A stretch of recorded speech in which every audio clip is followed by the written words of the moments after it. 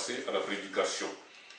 Et comme avant toute chose, nous remettons toujours toutes choses entre les mains du Seigneur. Nous allons prier pour la prédication et aussi pour le prédicateur.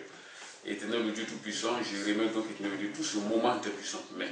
Nous sommes, Éternel Dieu, à la partie prédication, Seigneur, du culte, d'adoration, d'édification et de louange, Seigneur, des maisons. Je te remets, Seigneur, le serviteur de Dieu, je te remets aussi la prédication du prédicateur en tes puissantes mains afin de manifester à nos côtés. Et que nous puissions, Éternel Dieu, être tout en tes mains, parce que c'est toi qui diriges toutes choses. Je remets tout cela en tes puissantes mains afin de nous aider à marcher sur ta pure parole, Éternel Dieu. Nous écoutons ta parole, Éternel Dieu. Y compris moi-même qui parle la parole, parce que c'est toi qui vas parler à travers moi. Sois donc béni, je te rends louange et honneur pour tout ce qui va se passer. Au nom de Jésus-Christ, sois béni au nom de Jésus. Amen. Nous allons donc prendre la lecture dans Apocalypse 2, 14 à 15. Le titre donc de ce message de ce matin est bientôt des compromis, même dans le camp des saints. Je le répète. Le titre de ce message est bientôt des compromis, même dans le camp des saints. Nous allons prendre la lecture d'Apocalypse 2, 14 à 15. Nous allons donc dire, je dis, mais j'ai quelque chose contre toi, c'est que tu as là des gens attachés à la doctrine de Balaam, qui enseignaient à Balak à mettre une pierre d'achoppement devant les fils d'Israël, pour qu'ils mangent des viandes sacrifiées aux idoles et qu'ils se livrent à la débauche. De même, toi aussi, tu as des gens attachés pareillement à la doctrine des Nicolaïtes. Alléluia. Ça, c'est la lecture de base. Nous allons décortiquer au fur et à mesure et donc la suite du message. Qu'est-ce que l'Écriture dit ici? Si j'ai nommé cette prédication bientôt de compromis, même dans le camp des saints, c'est qu'il y a une raison spéciale à cela. Apocalypse 2, 14, 15 nous dit clairement ici, il y avait un serviteur de Dieu qui s'appelait Balaam. Ce serviteur de Dieu était un prophète de Dieu qui était fort en œuvre et en acte devant le Seigneur. Mais en cause du l'appât des gains, il a commencé à dériver. Il y avait un roi qui s'appelait Balak qui est venu le voir en disant de maudire le peuple d'Israël, afin que lui, il puisse gagner la guerre contre eux. Et le serviteur de Dieu qui s'appelait Balaam a dit, ce que tu le dis, je ne peux le faire parce que je suis au service du Dieu très haut et c'est son peuple. Donc ce n'est pas possible. Balak est parti et il est revenu à la charge. Il a redit à Balaam, je vais te donner beaucoup d'argent, je vais t'enrichir si tu fais ce que je te dis. Balaam a résisté un temps, mais il est parti, il est revenu encore. Et il a proposé encore plus d'argent à Balaam. Et Balaam a cédé en disant, la seule manière d'avoir ce peuple-là, c'est de les faire pécher devant l'Éternel. Et lorsque tu vas les faire pécher, la main de l'Éternel ne sera plus sur eux. Et ainsi, tu pourras les avoir. Donc, Balak est parti et il a organisé des fêtes pour pouvoir envoyer des enfants du Dieu, inviter les enfants du Dieu à aller là-bas. Notre but de ce message est plutôt ailleurs. Ce prophète qui était fort en œuvre et en acte devant Dieu a cédé du bien matériel, a cédé pour les biens de ce siècle, a abandonné la vision de Dieu, a abandonné le ciel, a abandonné la présence de Dieu à cause des biens matériels de ce siècle. Parce que le roi Balak est venu lui faire des propositions. Une première fois, il n'a pas accepté. Mais il fallait qu'il arrête cela. Pourquoi il a cédé? C'est là le problème. Pourquoi il a cédé? C'est pour cela qu'on dit la convoitise n'est pas bonne. Une fois nous avons dit non, on doit rester définitivement sur notre position. Ce n'est pas la peine de réfléchir et de commenter cela dans nos cœurs, de réfléchir et de tourner cela en longueur de journée dans nos têtes. Ça, c'est la convoitise. Et finalement, si on agit comme ça, finalement, on va finir par tomber. Et c'est ce que Balaam a fait. Il a continué à réfléchir à cela, à la proposition du roi Balak. Il a continué à murmurer cela dans sa tête, à tourner cela dans tous les sens dans sa tête. Et Balak est revenu encore pour lui faire la proposition. Puisque lui ne cessait de penser à ça, aux richesses, aux biens matériels, aux maisons, aux bœufs, aux ânes, aux troupeaux, à toutes les richesses que Balaam lui allait donner, il a continué à penser à cela. Pourtant, la parole de Dieu de la convoitise est un grave péché. Parce que c'est à partir de la convoitise qu'on finit par tomber. Balak donc a continué à rêver, à rêver, à rêver. Le roi est venu encore une deuxième fois. Une troisième fois, il n'a plus pu avoir la force de tenir. Et finalement, il a cédé en disant voilà ce qu'il faut faire pour que le peuple du temps. Il a fallu un âne. Le Seigneur est passé par un âne pour pouvoir arrêter la démence du prophète. Qu'est-ce que je veux dire par là? Aujourd'hui, le thème de ce message est bientôt des compromis, même dans le camp des saints. Cette histoire relate exactement ce qui se passe aujourd'hui. L'église de Jésus-Christ qui était fort en acte et en œuvre, au fur et à mesure que les ans passent, les années passent, nous voyons qu'elle tombe en déclin, que le déclin, le déclin, je veux dire, le paganisme rentre, la débauche rentre, et les gens ne cessent de faire des compromis. Les pasteurs, les serviteurs de Dieu, les évangélistes ne cessent de faire des compromis à longueur de temps. Et finalement, cela va nous amener où? Tellement ils font des compromis que finalement, lorsque tu rentres dans une église de Jésus-Christ, on ne saurait dire si c'est réellement une église du Seigneur ou une église mondaine ou je ne sais pas quoi. Alléluia. Bientôt des compromis même dans le camp des saints. Nous voyons aujourd'hui un mouvement qui est né qu'on appelle le mouvement œcuménique. La plupart des pasteurs évangéliques des États-Unis sont déjà adhérés à ce mouvement, y compris les baptistes du Sud. C'est le plus grand mouvement évangélique des États-Unis, le baptiste du Sud. Ils font partie maintenant du mouvement œcuménique. Le mouvement œcuménique, c'est quoi? C'est une organisation qui dirige le Vatican, c'est-à-dire l'Église catholique, qui emmène tous les religieux du monde à s'assembler et à prier ensemble. Laissez-moi vous dire que cette initiative n'est pas une bonne initiative. Parce que celui qui dit qu'il est de Dieu, qu'il est de Jésus-Christ, ne peut se mêler à des infidèles pour prier avec eux. S'il prie avec eux, comment il va leur dire qu'ils sont dans l'erreur et qu'ils ne sont pas sauvés? C'est là le problème. L'œcuménisme. C'est-à-dire réunir toutes les églises, toutes les religions du monde pour prier ensemble. Cela paraît bien beau, mais c'est impossible. Comment pouvons-nous dire qu'un homme régénéré, sauvé par le sang de Jésus-Christ, peut s'allier à d'autres personnes pour pouvoir prier ensemble? Quel Dieu ils vont prier en ce moment-là? Quel Dieu? Le Dieu de la Bible ou bien le Dieu du monde? Il faut choisir.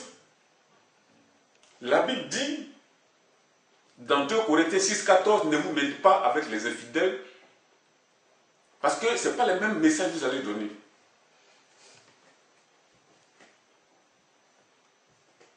Ce n'est pas le même message que vous allez donner, parce que si tu te lis avec un musulman, un catholique, ou un infidèle, quelqu'un qui ne sais pas, un religieux, un homme qui est dans les sectes, comment tu vas lui dire qu'il est perdu sans Jésus? Parce que tu vas respecter là sa religion, tu vas respecter là son mouvement. Alléluia. Donc, l'œcuménisme, c'est ça, c'est-à-dire réunir toutes les religions du monde, les églises du monde, les communautés religieuses du monde, et puis de prier ensemble. Laissez-moi vous dire que lorsque vous faites ces prières-là, ce n'est pas à Dieu vous adressez ces prières-là, mais c'est au diable. Et quiconque adore le diable ira directement dans le feu. Parce qu'on ne peut pas se lier avec quelqu'un qui n'est pas régénéré et prier avec lui. Si vous voulez faire quelque chose pour cette personne, c'est de lui dire que Jésus est mort pour lui. Il doit venir se donner à Jésus, se donner corps, âme et esprit à Jésus-Christ afin d'être sauvé, afin d'être sauvé. Et non pas de venir se conformer avec lui et prier pour lui. Avec lui du tout. Aujourd'hui, nous voyons beaucoup de conformisme dans le camp de Dieu. Il n'y a même pas 10 ans de cela, on ne voyait pas des chrétiens soi-disant évangéliques porter des robes comme des catholiques, porter des mitres sur les têtes comme des catholiques, porter des cannes comme des catholiques. Mais aujourd'hui, c'est monnaie courante dans l'œuvre de Jésus-Christ, dans l'église de Jésus-Christ, surtout en Côte d'Ivoire, où il y a des soi-disant chrétiens évangéliques qui portent des robes, des grosses robes longues et des cannes comme des catholiques. Et ils se disent évangéliques avec ça. Laissez-moi vous dire que ces personnes sont en plein déjà dans l'œcuménisme. On n'a même pas besoin de dire si ceux-là font partie ou pas. Parce qu'une personne déjà qui se conforme à l'Église catholique, qui se conforme comme des papes, des prêtres, etc., sont en plein là-dedans. Alléluia. Ils mettent maintenant l'accent sur des habits sacerdotaux. Il n'y a pas si longtemps, il n'y avait pas ces choses-là n'existaient pas dans l'église évangélique. C'est des méthodistes, des catholiques ou des religions, des imams ou quoi, qui portaient ces gens d'habits sacerdotaux. Ils sont dans la chair des pharisiens, ces gens-là. Mais si réellement ils s'occupaient des œuvres de Dieu, ils s'occupaient de l'église de Jésus, ils n'allaient pas mettre l'accent sur des habits sacerdotaux. À partir du moment où les habits sacerdotaux commencent à apparaître dans les églises chrétiennes, ça veut dire qu'elles commencent à dériver et à abandonner la vérité pour plutôt mettre l'accent sur ce qui n'est pas nécessaire. Alléluia. Amen. Bientôt, des compromis, même dans le camp des saints. Vous allez voir bientôt que des pasteurs, des évangélistes, des missionnaires, des docteurs vont commencer à faire plus de compromis. Plus de compromis. Je connais un pasteur qui est à la tête d'une grande congrégation en Côte d'Ivoire, qui un temps voulait voyager et il allait prendre son visa à l'ambassade, on lui a refusé carrément le visa, disant qu'ils ont remarqué que dans son église, il refusait de marier les homosexuels. Vous comprenez? Ça veut dire qu'ils veulent faire pression sur lui afin qu'il accepte de marier les homosexuels. Ça, ce n'est que le début. Bientôt, en Europe et partout dans le monde, ils vont commencer à mettre des systèmes en place afin que toutes les églises qui ne marient pas les homosexuels n'auront plus d'accréditation. Ces églises-là, ils vont même les retirer leurs accréditations pour ne plus qu'ils exercent. Et laissez-moi dire que ceux qui se sont investis dans des bâtiments, qui ont mis des millions d'euros dans des bâtiments, comment ils vont faire? Ils vont même les arracher, ces bâtiments. Tout ça là pour les obliger à faire l'œuvre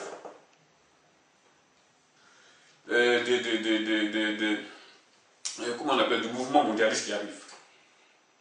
C'est-à-dire les forcer à pécher. Celui qui n'est pas d'accord, il n'aura pas d'accréditation et ils vont même lui arracher son bâtiment. Et nous voyons des pasteurs qui ont mis toute leur vie à construire des églises, qui ont mis toute leur force à construire des communautés. Qu'est-ce qu'ils vont faire? Beaucoup vont céder. Beaucoup vont céder, ils vont carrément baisser les bras et accepter des compromis avec le nouvel ordre mondial. Vous comprenez? C'est là on va voir la vérité et c'est là on va voir qui est vraiment enfant de Dieu. Parce que nous savons que celui qui est enfant de Dieu va catégoriquement refuser, quitte à abandonner tout ce qu'il a construit depuis cette génération. Il va abandonner et il va finalement se rabattre en lui-même et faire même s'il faut des maisons ou même dans les bois ou dans les forêts. Parce que s'il ne veut pas faire ce qu'il dit de faire, ils vont fermer tout. Mais laissez-moi vous dire que beaucoup vont faire des compromis. Des pasteurs vont faire des compromis. Des évangélistes vont faire des compromis. Ils vont dire, bon, puisque la Bible dit, ils vont commencer à raisonner entre eux-mêmes en disant, bon, puisque la Bible dit d'obéir aux autorités, ben, de toute façon, ce n'est pas nous qui allons avec eux, dans les homosexuels dans les lits, on va les marier, et puis voilà, ça c'est leur problème, là-bas, nous on est dégagés. Ils vont dire ça. Ils vont céder. C'est pour cela que nous devons vraiment demeurer dans la prière. Afin que si ce moment arrive, nous puissions dire définitivement non, quelque chose qui va arriver, nous restons sur nos positions. Mais là, malheureusement, la plupart de ces pasteurs déjà ont cédé. Ce n'est même pas encore la pression, mais en Côte d'Ivoire, déjà là-bas, vous allez voir. Des églises, dès qu'on rentre là-bas, on ne sait même pas si c'est des églises de Dieu. Des gens qui sont habillés en habits sacerdotaux et qui font n'importe quoi, qui font tout sauf la volonté de Dieu. Alléluia. En France, aujourd'hui, il y a des lois déjà qui sont votées contre le prosélytisme. Le prosélytisme, c'est quoi? C'est-à-dire,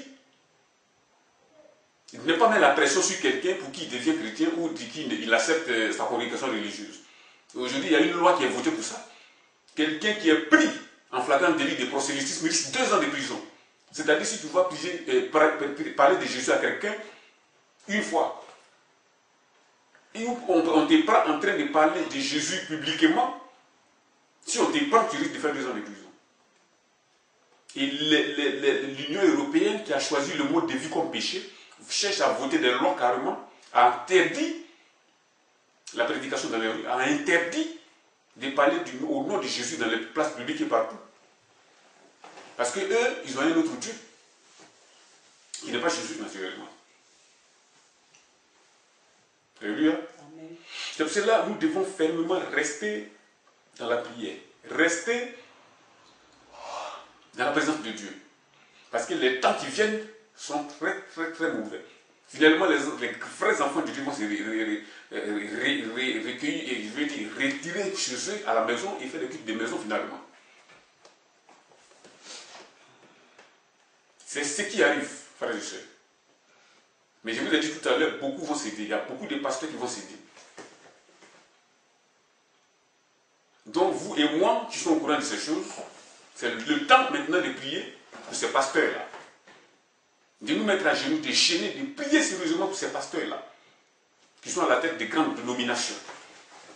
Parce qu'ils vont se dire qu'ils ont bâti toute leur vie en battant des communautés, ce n'est pas maintenant pour une quelconque histoire qu'ils vont abandonner tout ça. Et ils vont céder, je vous le dis. Alléluia. Donc vraiment, ces lois dont je viens de parler, on peut les nommer l'exclusivité religieuse. L'exclusivité religieuse, ça ce sera l'objet d'une étude très poussée plus tard. Ils sont en train de dire que dans le monde aujourd'hui, tu dois respecter la religion de l'autre, l'autre doit respecter ta religion, nous devons respecter la religion de chacun de nous afin que tout le monde soit content. C'est le diable qui est derrière tout ça parce qu'il sait que Jésus a dit qu'il est l'unique chemin, celui qui ne passe pas par lui est perdu à jamais. Et puisque le diable sait que c'est la vérité, il passe par des tiers pour pouvoir enlever ces vérités-là dans le cœur des hommes et placer quelque chose qui va les faire perdre. L'exclusivité religieuse. Mikhail Gorbatchev, dans son livre de La Perestroïka, a écrit à propos de ces choses-là. Et il a donné à chaque chef d'État ces livres-là. L'exclusivité religieuse, c'est quoi? L'exclusivité religieuse. C'est-à-dire, si quelqu'un arrive à dire que c'est uniquement sa religion ou quelqu'un qui est à la base du salut et que sans passer par lui uniquement, on est perdu, ça c'est l'exclusivité religieuse. C'est-à-dire, les chrétiens véritables. Et bientôt, ils vont condamner sévèrement ces gens qui prêchent ce genre de choses. Déjà dans l'armée américaine, on n'a plus le droit de prier au nom de Jésus publiquement, dans l'armée américaine. Si tu es seul dans ton coin, tu peux prier au nom de Jésus. Mais dans l'armée américaine aujourd'hui, tu pries au nom de Jésus, ils vont t'arrêter. Et aux États-Unis, il y a un pasteur qui a prié, il a parlé, prêché publiquement contre l'homosexuel, ils l'ont arrêté. Mais ça fait un scandale dans le pays à tel point qu'ils ont libéré le pasteur et ils ont réformé la loi en disant, bon, on avait dit que quiconque parle mal des homosexuels serait finalement comme une personne qui commet des génocides. C'est-à-dire une personne qui est contre une minorité religieuse ou une minorité quelconque. Donc il est considéré comme un criminel, ils peuvent donc le mettre en prison. Donc ils ont réformé cette loi en disant, bon, si quelqu'un parle contre les homosexuels sur la chair pour des motifs religieux, lui, il n'est pas concerné par cette histoire. Pour le moment, hein, mais ils vont enlever tout ça pour carrément condamner tous ceux qui vont parler contre les homosexuels. Aujourd'hui, les homosexuels sont des personnes adulées aux États-Unis. Donc, quand tu te rends compte que tu es homosexuel, tu as tous les droits et toutes les facilités. Comme s'ils voulaient encourager cela. Parce que nous savons que l'entreprise qui vient, c'est une personne qui aime cela. Il a dit qu'il n'aura pas d'égard pour les femmes. Ça veut dire quoi? Qu'il est homosexuel. La plupart des prêtres catholiques, nous savons, et la quasi-totalité de ces prêtres catholiques ont pris les papes sont des homosexuels. Tu leur parles, ils disent non, mais ça, en quoi cela consiste un péché? Laissez-moi vous dire que si cela n'était pas un péché, Dieu n'allait pas détruire Sodome et Gomorrhe. C'est parce que c'est quelque chose d'abominable aux yeux de Dieu que Dieu a détruit Sodome et Gomorrhe. Alléluia. Amen.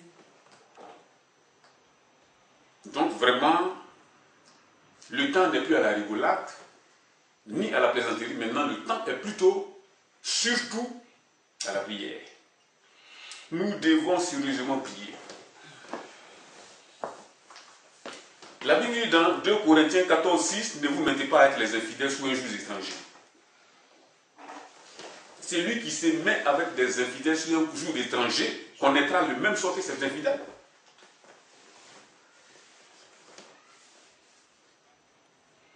La Bible dit dans Marc 6, 38, que sert-il à un homme de gagner le monde s'il perd son âme? Ces grands religieux dont je viens de parler, les papes, etc., les grands religieux de grandes combinaisons, c'est des gens qui ont des immeubles, ils ont toutes les richesses du monde. Mais que servira-t-il ces richesses-là si leur âme est perdue et sera jetée un jour dans le feu? À quoi ces richesses-là serviront? À leur mort, les immeubles et leurs comptes en banque ne les accompagneront pas dans la tombe. Ils n'auront droit qu'à 4 petits mètres carrés là, de murs et ils seront ensevelis, c'est tout. Et leur compte en banque, qui en profitera? C'est d'autres personnes qui en profiteront de ces comptes en banque là après eux. L'homme ne réfléchit pas assez. Les biens d'une personne doivent dépendre de lui et non pas l'homme qui doit dépendre de ses biens. C'est pour cela que le Seigneur Jésus dit: consultez-vous plutôt des richesses dans le ciel et non pas sur la terre. Alléluia. Amen. Que sert-il à un homme de gagner le monde s'il perd son âme? Billy Graham, le grand prédicateur, a abandonné la voie du Seigneur pour se livrer, pour se vautrer dans le péché avec les catholiques. C'est lui-même qui fait la promotion de ces personnes, y compris beaucoup d'hommes de Dieu, d'autres personnes comme les béniers, etc. Nous n'avons rien contre ces personnes, mais nous prions plutôt pour eux afin qu'ils reviennent à la normale. Parce que nous savons que s'ils restent dans cet état, qu'ils meurent, ce serait catastrophique pour eux. Les Maurice Ferrillo, etc. Alléluia. Donc, chers frères et sœurs, c'était cette toute parole que je voulais vous apporter ce matin.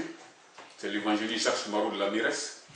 La mission évangélique pour le réveil et la sanctification, c'est une mission naissante, je le dis toujours, après ou avant le culte.